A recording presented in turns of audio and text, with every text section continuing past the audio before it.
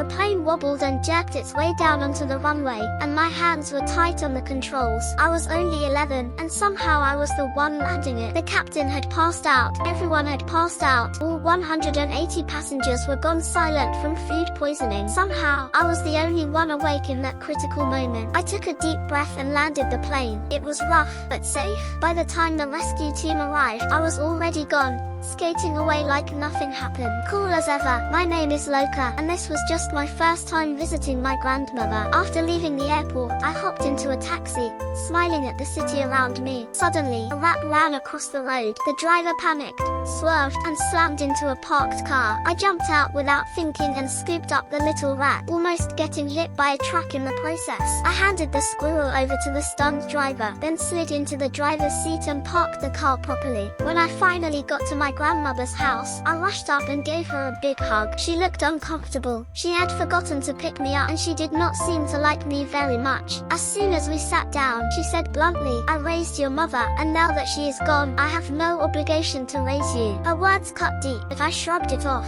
That night, my dad called me from space. He is an astronaut on a long-term mission at the space station. He showed me the Earth spinning below him. His face lit up, and even from thousands of miles away, I knew he still cared about me. He sent me here to live with my grandmother because he could not be there himself, and I had to accept it. The next morning, I heard a crash. My grandmother had been startled by the same squirrel and fell while chasing it with a bouquet of flowers. I tried to help, but she brushed me off and told me she was fine. Later, I found out she was not fine. She had been injured and now had to stay in the hospital, leaving me to live on my own for a while. At school, I stood in front of the class and introduced myself. I told them I had grown up at the European Space Agency, training alongside my father. My classmates stared, full of curiosity. Even my teacher could not believe it. He said he had never met a student like me. Before long, the squirrel woke up in my backpack, and I asked the teacher for permission to leave so I could treat its wounds. He was stunned, but he let me go. When I got home,